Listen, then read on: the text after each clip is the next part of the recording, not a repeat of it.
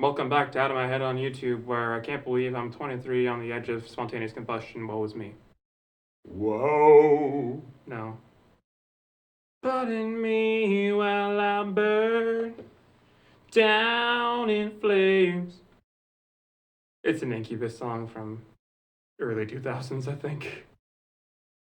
You can't be what you were, so you better start being just what you are. Advice from Fugazi. I don't know, early 90s. Where are you? And I'm so sorry. I cannot sleep, I cannot dream tonight. All right. You He doesn't even know what we're going to talk about, but it's a perfect setup. Perfect. Cool, I love Blank. We're going to talk about Blank 182? I don't know anything about him except that the front man is now all up into UFOs. I'm not surprised. So what do you got? I got, comments from last week's video. I only saw like one. I Well, didn't check it recently, though. there were three. Kevin says, your whole channel is demonized. And I said, 200% demonized. We got demons on top of demons.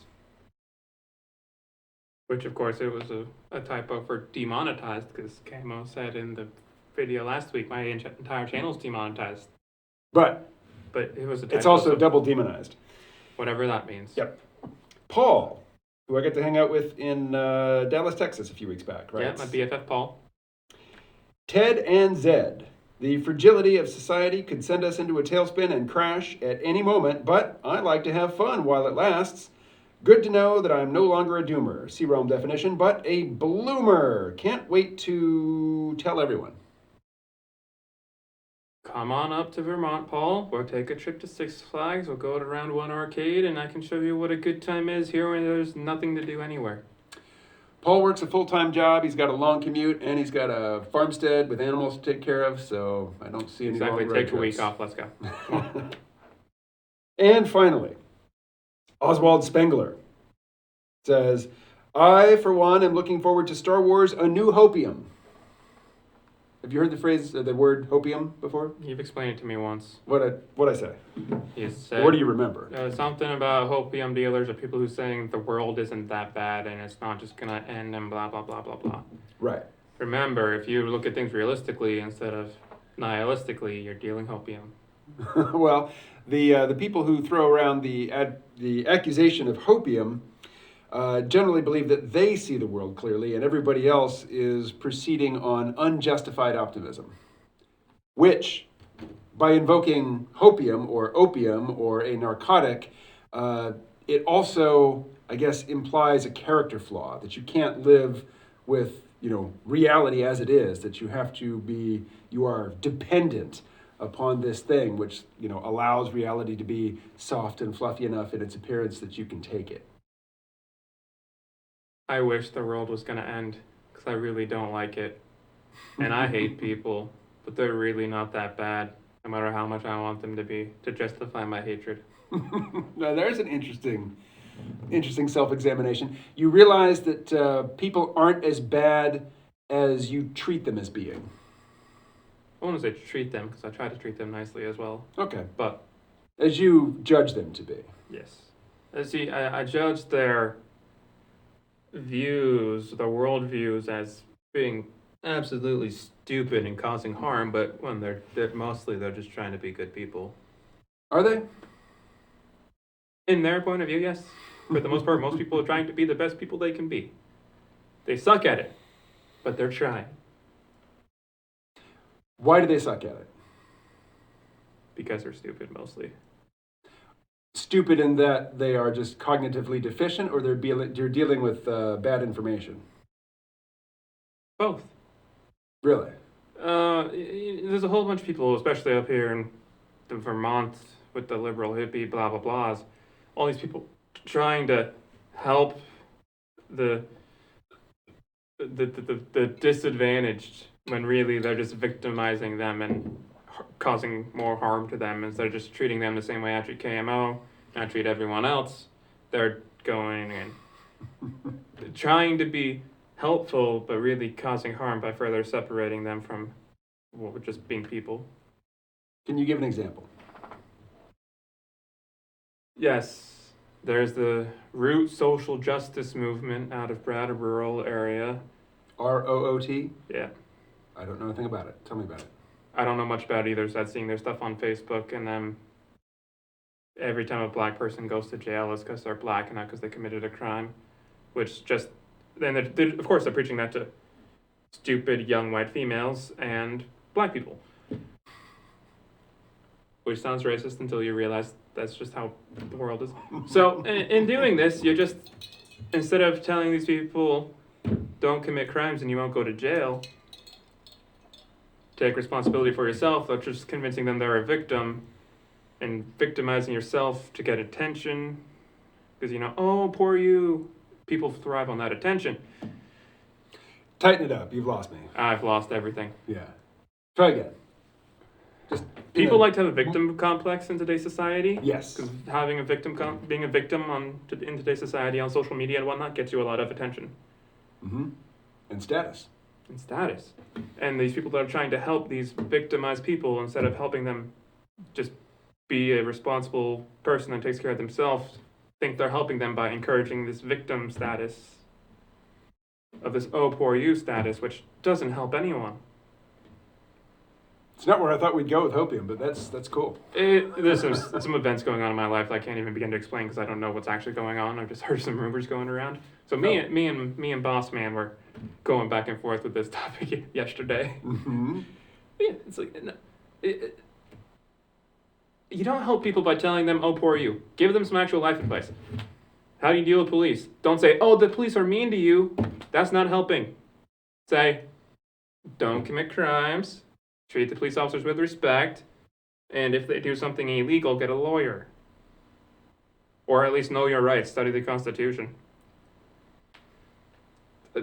Boom. Now you know how to deal with the police. The whole get a lawyer thing. Okay, it doesn't work that well, but it's the same thing if the police are trying to take advantage of you or me. It's the only thing we can do. Lawyers cost a lot of money. Yes. I don't remember the exact figure, but some astounding percentage of the American working population doesn't have enough money set aside to handle any sort of unexpected expense.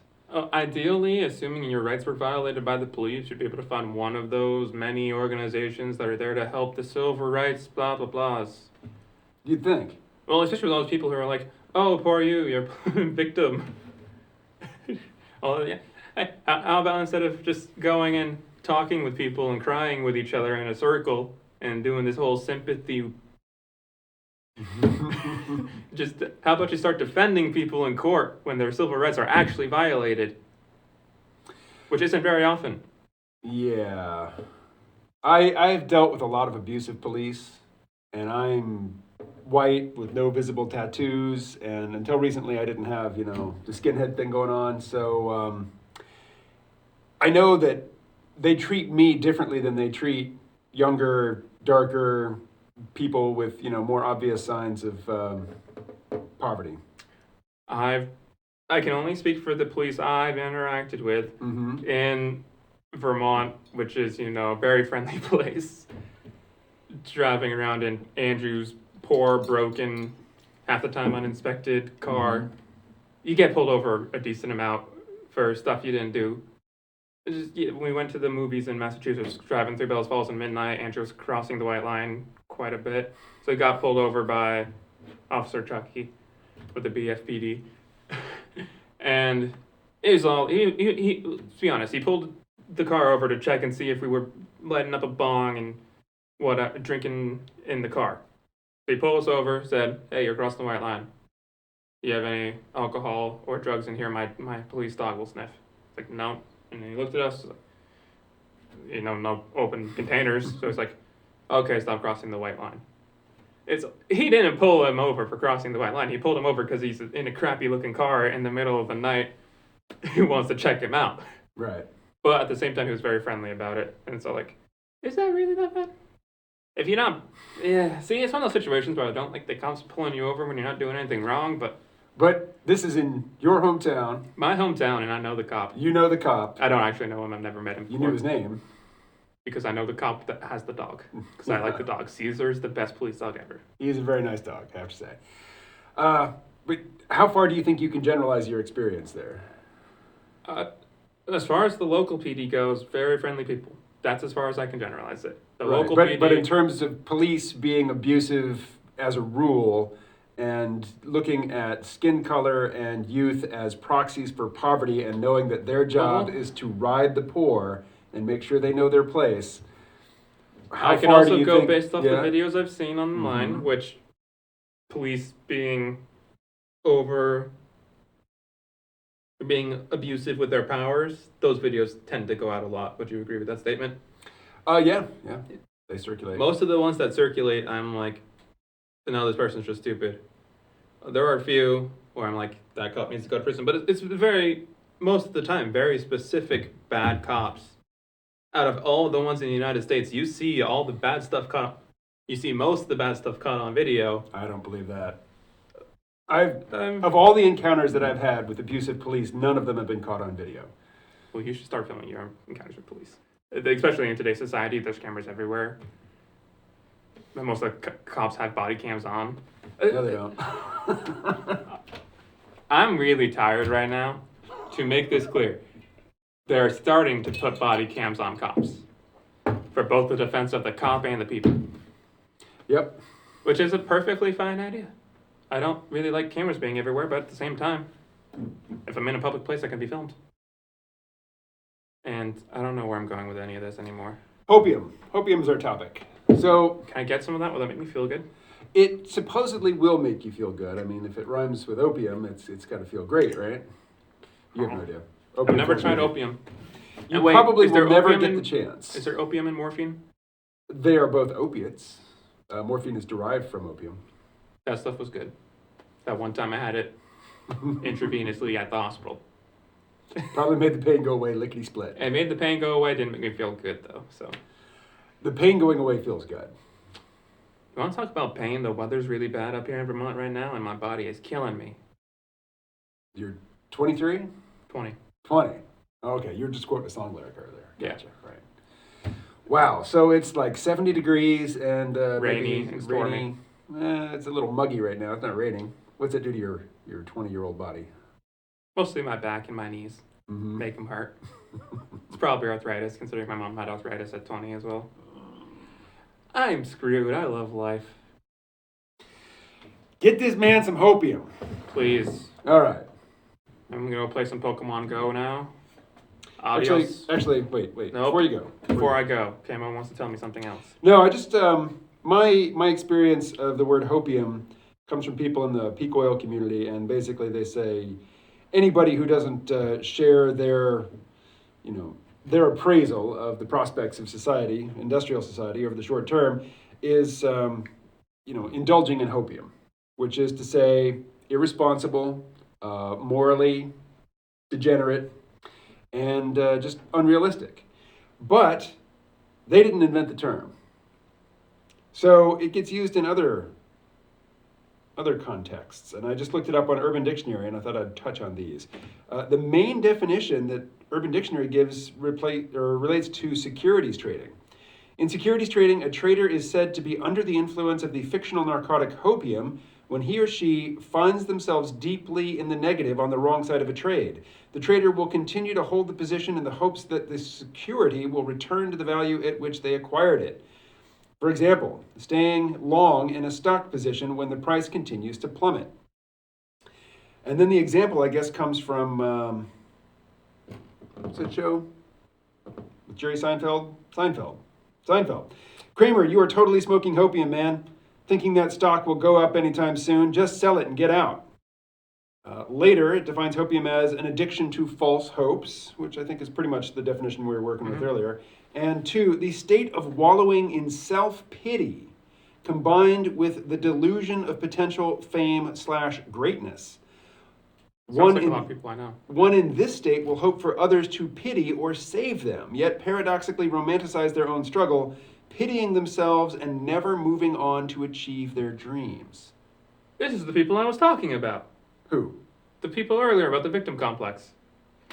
Pity me.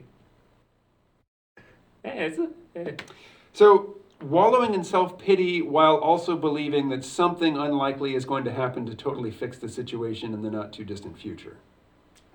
Yeah, none of that is included in the definition that I'm familiar with, so that's what I learned today. The definition, okay, I gotta be controversial to make this video get views, right? So the people I think you deal covered with, that earlier, but go ahead. the people you deal with and the peak oil community that like to use hopium, Mm-hmm. I think they're just jerking off to their own hatred. They're dooming reality. They like to look at it and be like, oh yeah, everything's terrible. It makes me feel good about myself because I can see everything's terrible. And I'm the only one trying to fix it. And everyone else is driving us into the ground. And I'm better. That's the appeal of conspiracy theories in general, I think. That's a good... Let's be honest. I have the moral courage to look at the world and see it as it is, and all you frickin' sheeple out there, lost in your hopium smoke, you just don't have it in you to see the world as clearly as I do and come to the same bleak conclusions. I mean, to be fair, isn't this the I'm better, I see things clearly, make me feel good about whatever through any means necessary belief? It's a specific flavor. Isn't this how 99.9% of people work? I don't know. I would say most people are like, how do I get the most attention? How do I make myself feel the best about myself? How do I blah, blah, blah, blah, blah. Meanwhile, I try to avoid that. I try to be the, I don't care, just leave me alone. Leave me alone, let me sleep, play my video games, drink my coffee. That's it. So I understand it that that's a half decent plan for a guy in his 20s who doesn't plan to live into his 30s. Oh, why do I need to play? Okay, I mean, I'm still doing things like working so I can save money and move into a house and blah, blah, blah, blah, blah. So, like, do I need a strict moral fight to live into my 30s? Do you? I don't know. I mean, yours... A sense of purpose would be good. What's this? Okay, that's stupid. A sense of purpose you find on a daily basis. My sense of purpose today, I have work to do. Sense of purpose tomorrow or sometime this weekend, hopefully going to Six Flags and having fun. Sense of purpose in a little bit, I really want to go for a walk and hatch some Pokemon eggs, but I can't because I got work to do. Purpose is stupid. What's your sense of purpose, Camo? That'll be for another video. Good, because I have not made a coherent statement yet. Yeah. Please leave comments picking apart everything I've said because none of it made any sense. Purpose is stupid shall be our title. Purpose is stupid, whatever you say. Pew!